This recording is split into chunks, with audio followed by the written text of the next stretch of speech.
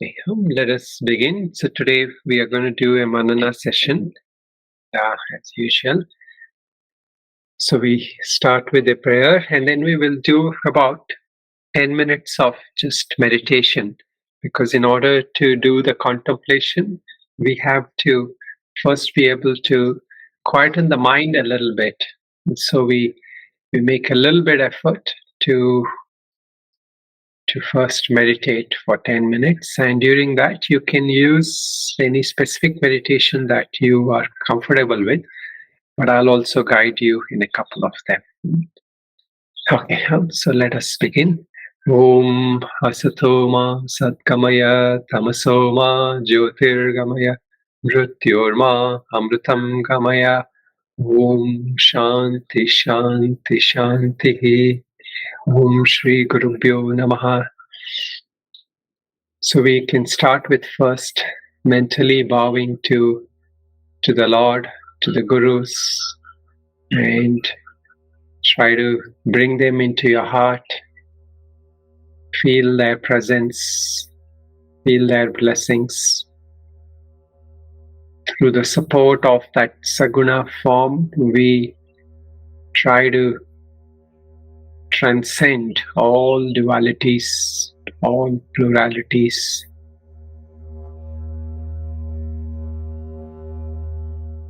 Can do a few deep breathing, pranayama, of any kind that we're familiar with. Usually take in a few breaths and then try to end that exhalation with a little bit forced exhalation, such as like trying to expel out the restlessness in our body, the restlessness in the mind, the nervous system.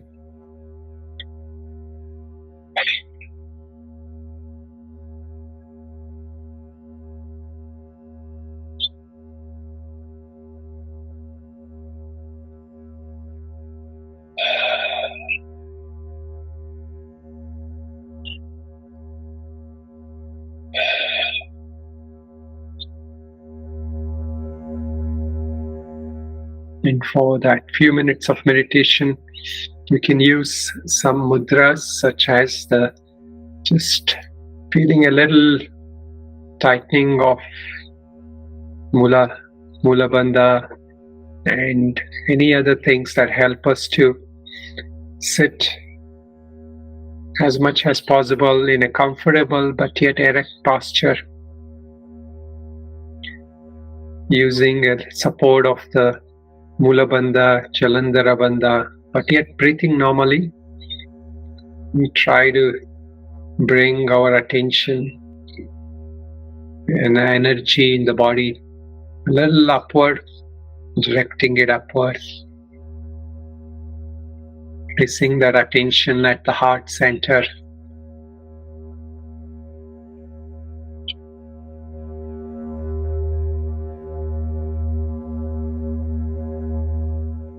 And making a sankalpa that for the next few minutes we will make a determined effort to stay with the manana, the contemplation, and that any other thoughts that comes and goes for the next few minutes, not pay too much attention to it.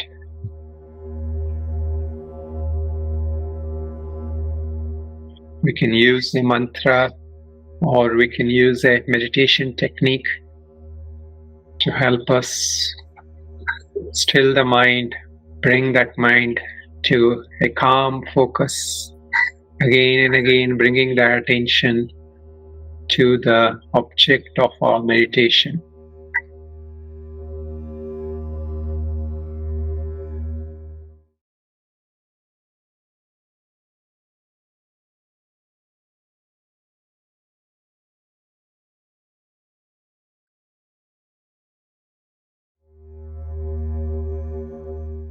Again and again bringing that focus, mindfully aware.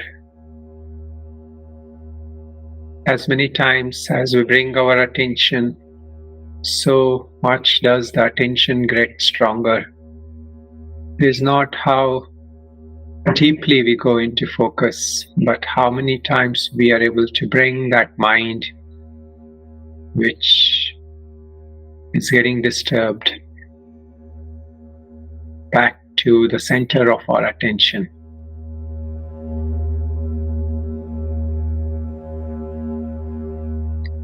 Now as we move into the Manana phase of, we can just relax a little bit mentally, and we can also allow our senses, such as especially the hearing and all other sense of perceptions, to somewhat be active but yet not give too much attention to it. Just what we call as selective perceiving, especially selective listening. Try to keep listening to the direction coming through my voice. And we relax a little bit because now we are switching from the yogic kind of meditation to the Vedantic contemplation.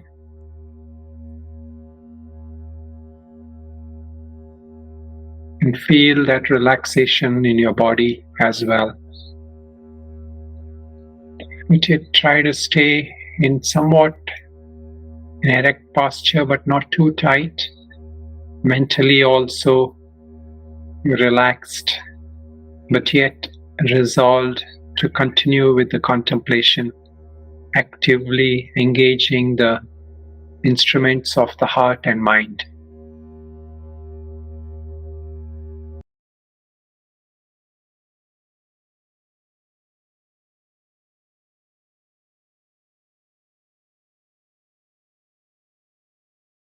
So today's Mananam, we will focus on that nature of freedom of consciousness, what is also called as Swatantriya of Purusha.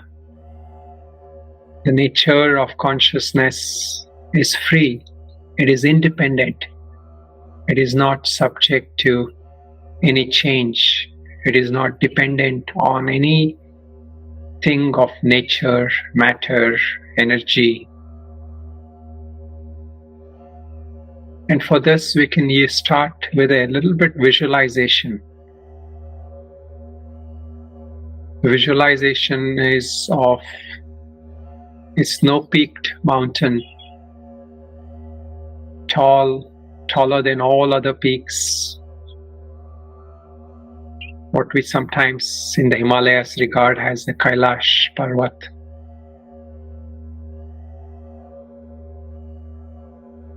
And seated on top, as we go up higher and higher and higher,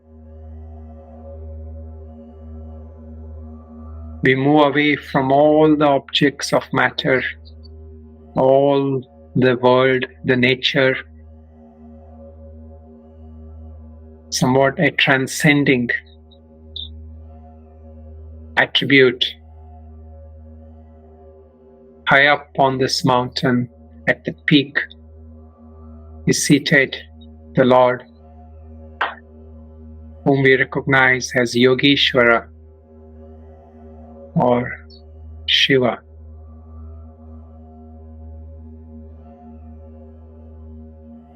He is the symbolism of Purusha, consciousness,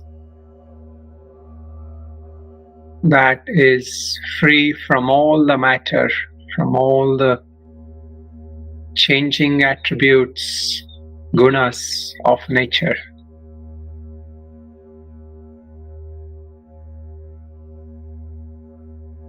So being symbolically seated there in a meditative posture, he is able to be a witness to all that which goes on down below.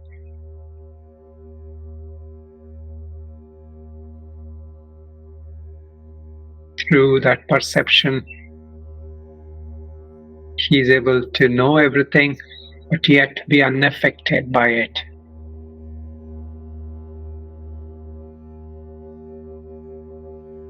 This Shiva, this Yogeshwara, this Purusha is the essence of all of us. We are seated actually like that Purusha, that consciousness in our heart, that being, that consciousness is ever free. And also it is not in any way dependent on anything. This is our true nature, which we have forgotten as we have got identified and associated with the world around us.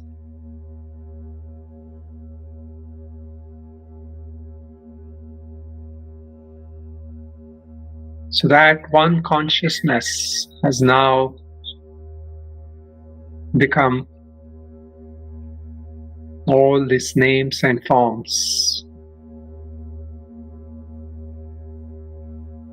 And at that level of names and forms, we are always dependent. Our body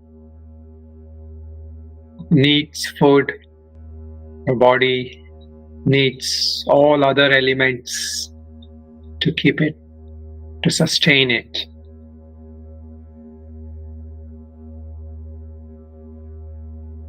So we can just look mentally at our physical body and see that we are dependent in every way with the nature around us.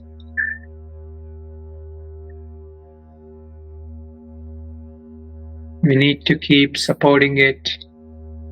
We need to keep nourishing it. And without that, this body that I have identified with will decay or will perish.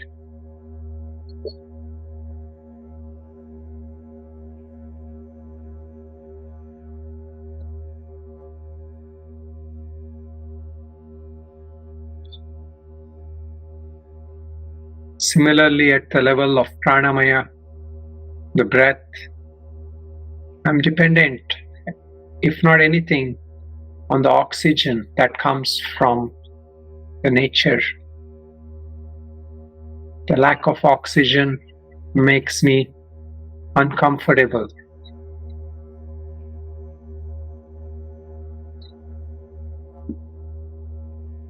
I hold my breath too long, then physically this body will die. So at the level of prana also, I am utterly dependent.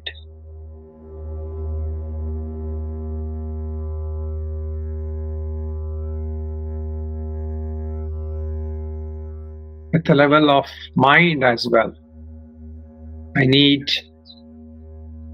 interaction with the world. I need that thought stimuli that comes through the senses. All my sense of perceptions feed the mind. That keeps me mentally alive, active.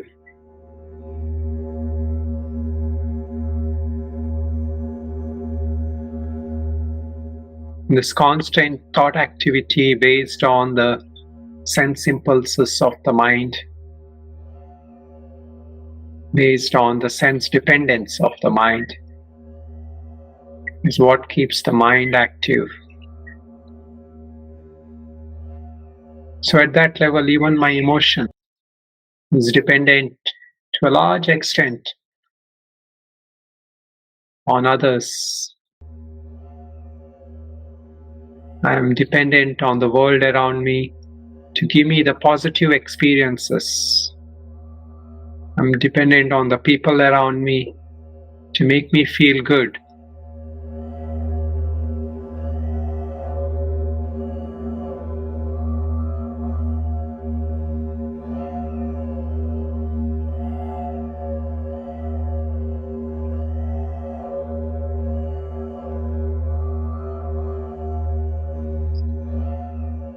Then at the level of the intellect, that sense of ego, that sense of identity of me, that ever goes on. Every moment it is looking for some identification. That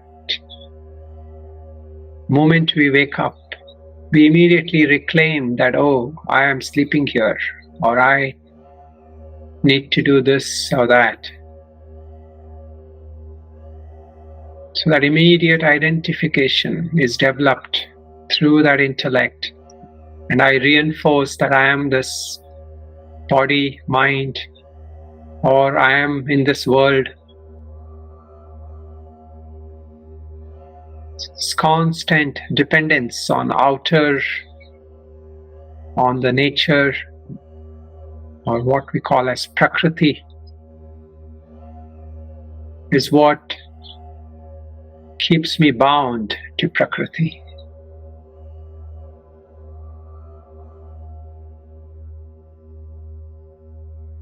So we can look within ourselves and inquire, what is it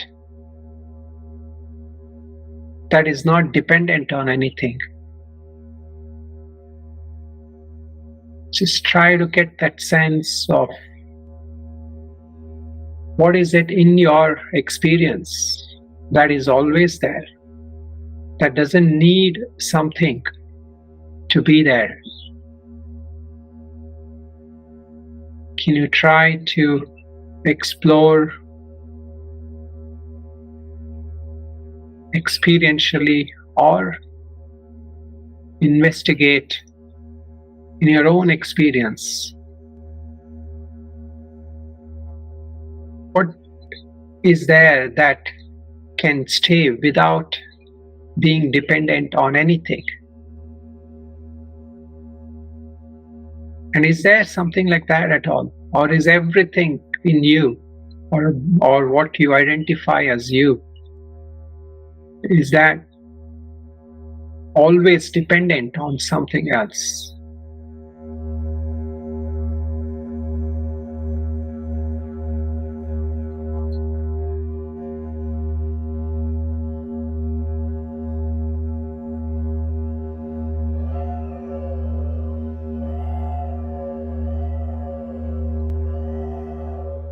Where does all experiences originate from? What is the source of all experiences?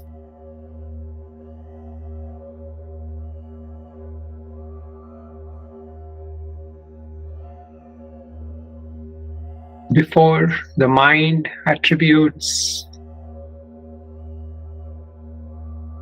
a certain color, a certain form to it,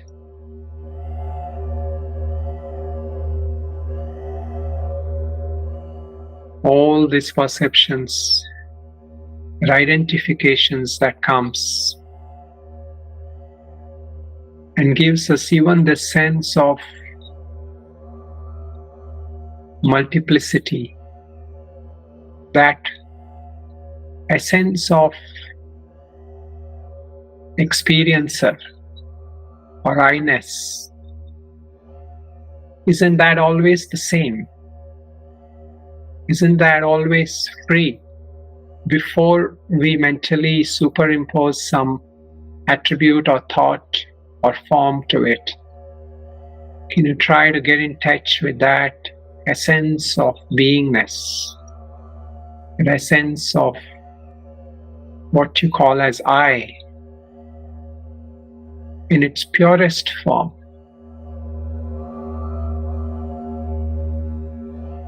And is that dependent on anything?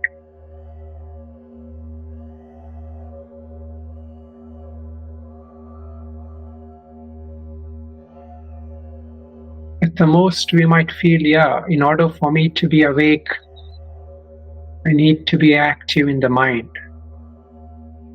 But aren't you also there in your dreams while you're dreaming? Isn't that being also there when you're in deep sleep? or in a deep meditative samadhi state also. That beingness is in its purest, unmodified, independent form, formless form. Try to get in touch with that without imagining, without having to, just using the pointer, just using this pointing. Try to explore in your own awareness, in your own beingness. The Bhagavad Gita says, Upadrishthanumanta cha bharta bhokta maheshwaraha paramatmeti chapyukto tehesmin purushah paraha. So that which is the witness, that which is the support of everything, it also becomes the experiencer when it gets identified. But yet in this body, in this mind, it always stays pure, unaffected.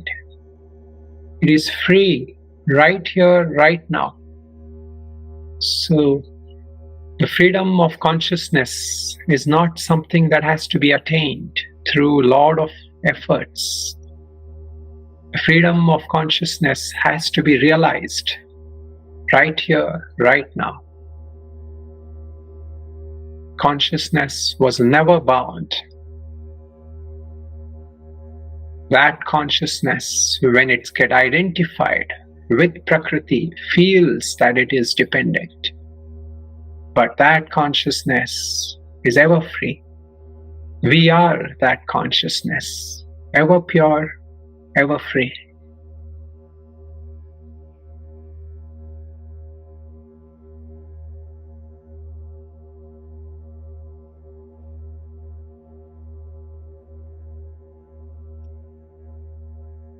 Kathopanishad also tells us, Purusha naparam kinchit, sakasta saparagatihi. That which transcends everything, which is never contained by anything, which is that supreme, is that consciousness, that Purusha. And the symbolic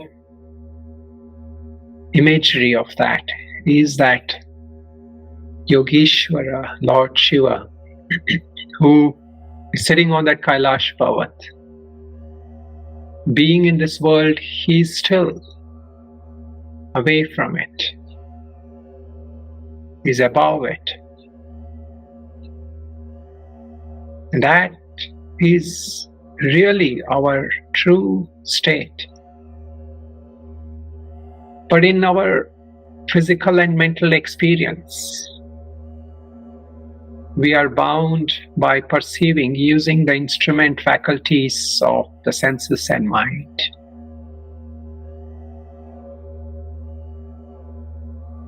And that keeps us bound.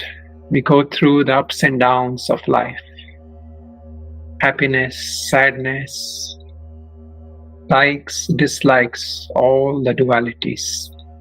So every now and then we need to remind ourselves that I'm not going through any of these experiences. What is it in me that is not dependent on anything?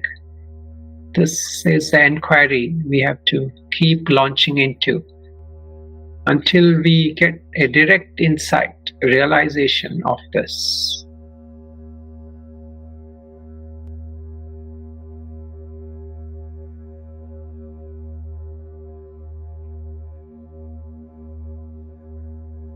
So we can just mentally relax now and just allow that natural energy, momentum of this manana to carry on.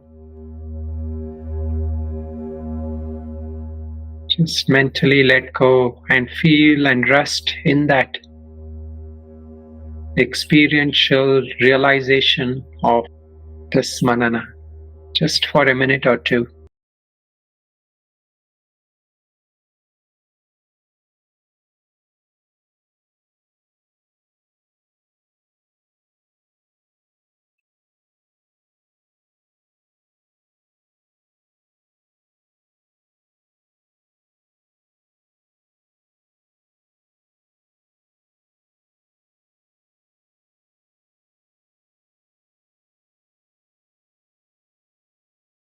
So we will end this manana here. Let us express mentally our gratitude for having received these teachings, these scriptures, through all the teachers, rishis, gurus. Mentally bow to that lineage who are pointing us to that highest wisdom, the highest reality.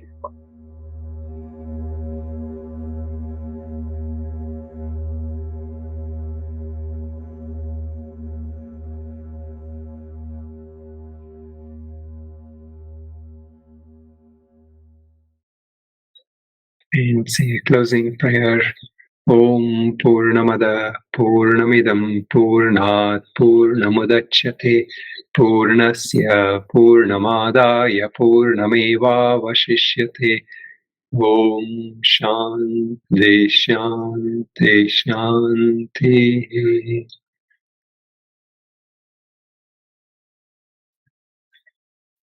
Stay.